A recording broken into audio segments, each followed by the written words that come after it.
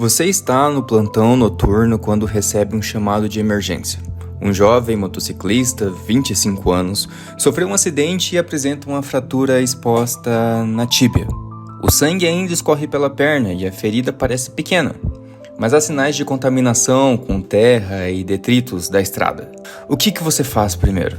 Como classifica essa fratura corretamente para poder assim iniciar um tratamento adequado? A classificação de Gustilho e Anderson é essencial para definir o tratamento das fraturas expostas, influenciando a escolha de antibióticos, a necessidade de debridamento e fixação. Vamos explicar cada detalhe da classificação e seu impacto no tratamento. Os principais critérios são que a classificação leva em conta o tamanho da ferida, o grau de contaminação e o dano tissular. Não é apenas o tamanho da ferida que define a classificação, mas também a extensão do dano aos tecidos moles e a contaminação, devendo ser considerado tudo. Uma ferida pequena, menor que 1 centímetro, pode ser mais grave se for altamente contaminada ou apresentar lesão de parte mole extensa ou lesão vascular, por mais que seja uma ferida menor que 1 centímetro. O grau 1 de Gustilho e Anderson são feridas menor que 1 centímetro, geralmente provenientes de trauma de baixa energia, com contaminação mínima e sem grande dano aos tecidos moles. A perfusão distal e a cobertura cutânea permanecem preservadas, reduzindo o risco de infecção, normalmente associada a fraturas lineares simples, sem desvio significativo dos fragmentos ósseos. Por exemplo, uma pequena fratura exposta da tíbia por trauma de baixa energia. O tratamento é uma limpeza cirúrgica. Antibiótico profilático pode ser uma cefazolina, uma cefalosporina de primeira geração. A escolha baseia-se na cobertura eficaz contra o Staphylococcus aureus, principal agente infeccioso em fraturas expostas de baixo grau de contaminação. A administração precoce reduz significativamente o risco de osteomielite e complicações infecciosas. A fixação interna se faz necessário principalmente em fraturas estáveis e de baixo grau de contaminação, onde a preservação da biomecânica é essencial.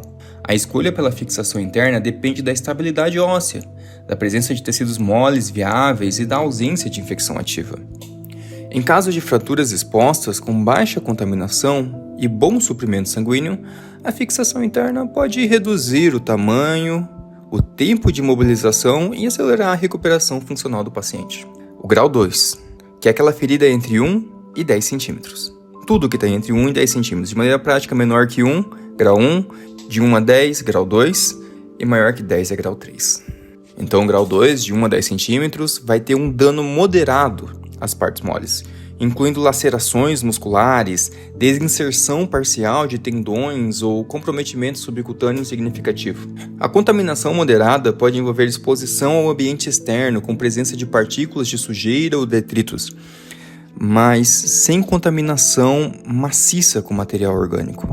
A avaliação da contaminação deve incluir uma inspeção visual detalhada, testes de perfusão tissular, identificação de sinais de necrose ou infecção incipiente. Um exemplo de grau 2 seria um acidente de motocicleta com fratura exposta da fíbula. O tratamento seria um desbridamento cirúrgico, antibiótico profilático, pode ser uma cefazolina mais um aminoglicosídeo por 48 a 72 horas. Nota que a associação de uma cefalosporina de primeira geração ou terceira geração com um aminoglicosídeo tipo gentamicina ou amicacina é recomendado devido à necessidade de ampla cobertura antimicrobiana. A cefazolina, primeira geração, é eficaz contra o Staphylococcus aureus, enquanto o aminoglicosídeos garante a proteção contra bacilos gram-negativos, que são comuns em feridas com maior contaminação ambiental. Essa abordagem reduz significativamente o risco de infecção profunda e osteomielite. A necessidade de fixação externa no grau 2 ou interna deve ser avaliada com base na estabilidade óssea, no grau de contaminação e na viabilidade dos tecidos moles. Fratura com instabilidade significativa, desalinhamento ósseo ou grande perda das partes moles geralmente requerem uma fixação externa, temporária, para a estabilização e controle da infecção. Já a fixação interna pode ser indicada quando há uma boa preservação dos tecidos moles e menor risco infeccioso, permitindo um melhor alinhamento e reabilitação precoce. O grau 3, ele se ramifica em A, B e C, em 3 tipos. Mas, no geral, o grau 3 significa ferida maior que 10 centímetros, ou trauma de alta energia com dano significativo a tecidos moles, tipo um acidente de carro com a fratura exposta, com uma grande laceração. Mas é bem simples.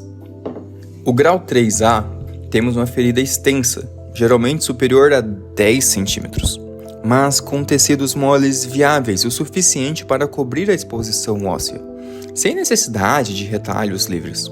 Esse tipo de fratura ocorre frequente em traumas de alta energia, como acidente de trânsito, ou onde a contaminação pode ser bem alta. A avaliação clínica deve considerar a perfusão dos tecidos adjacentes, a presença de desvitalização muscular e necessidade de desbridamento cirúrgico para evitar complicação infecciosa. Então, o grau 3A é aquele trauma grande, uma ferida superior a 10 centímetros, mas com os tecidos moles bonitinhos, sem necessidade de usar um retalho para cobrir ali a exposição óssea. O tratamento geralmente é desbridamento, antibiótico, a combinação de cefazolina com aminoglicosídeo, considerar a fixação interna ou externa, como a gente já conversou.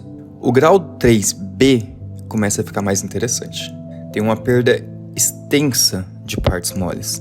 Aqui vai necessitar de retalho para cobrir o buraco que deu ali, para fazer uma cobertura. Os retalhos são segmentos de tecido, geralmente musculares ou cutâneos, que são transferidos para cobrir a área exposta do osso, promovendo assim uma vascularização e que também vai auxiliar na cicatrização.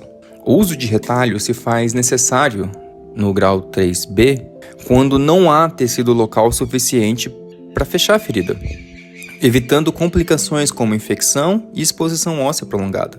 Grau 3B normalmente vai ter cirurgia para revascularização, retalho, entra antibiótico, o grupo da cefazolina com aminoglicosídeo e nós consideramos também a associação de uma clindamicina metronidazol caso tenha contaminação fecal ou terrestre. Normalmente a fixação externa é preferida no grau 3B. O grau 3C é muito especial, porque aqui tem uma associação de lesão vascular significativa. Esse é o ponto-chave, necessitando de reparação urgente por equipe da cirurgia vascular. Nesses casos, a revascularização deve ser realizada o mais rapidamente possível, para evitar isquemia prolongada e reduzir o risco de amputação. A avaliação inclui o exame físico da perfusão distal, teste com Doppler, em alguns casos até angiografia para a definição da melhor abordagem cirúrgica, que pode envolver anastomoses, bypasses ou enxertos vasculares. O tratamento ali, então, é aquela revascularização emergencial, uma antibiótico terapia agressiva e ficar ciente que pode ter um altíssimo risco de amputação. Um exemplo legal, vamos pensar num quadro em que um homem, 32 anos, motociclista, sofreu um acidente ao colidir contra um carro em alta velocidade. Chegou na emergência do seu plantão, apresenta uma fratura exposta na perna direita, com uma ferida de aproximadamente 12 centímetros. Tem muita sujeira e fragmento de asfalto na lesão, além de laceração muscular visível. Os pulsos distais estão bem diminuídos, mas estão presentes. A ferida é altamente contaminada e há suspeita de lesão vascular. Qual seria a classificação correta dessa fratura segundo Gustilho e Anderson? Como que nós procederíamos com o tratamento? Qual seria a antibiótico terapia? Faria necessário desbridamento e necessidade de revascularização? Deixe a resposta nos comentários. Lembrando, checklist bem prático, sempre avaliar o tamanho da ferida, pequena, média ou grande, verificar a contaminação, limpa, suja ou altamente contaminada, ver as partes moles, preservação da pele, necrose, perfusão distal, preservada ou não preservada, e aí nós decidimos o tratamento adequado. A classificação de Gustilho e Anderson é a base para a tomada de decisão nos manejos das fraturas expostas, pois determina a gravidade da lesão e orienta a escolha de cada antibiótico até necessidade de fixação óssea e desbridamento. Aplicá-la corretamente é essencial para reduzir as complicações, como infecções e necessidade de amputação. Agora que você aprendeu, você conseguirá classificar um caso real? Comente abaixo. Se você gostou, curta o vídeo, se inscreva no canal e ative o sininho para mais conteúdo de ortopedia e trauma.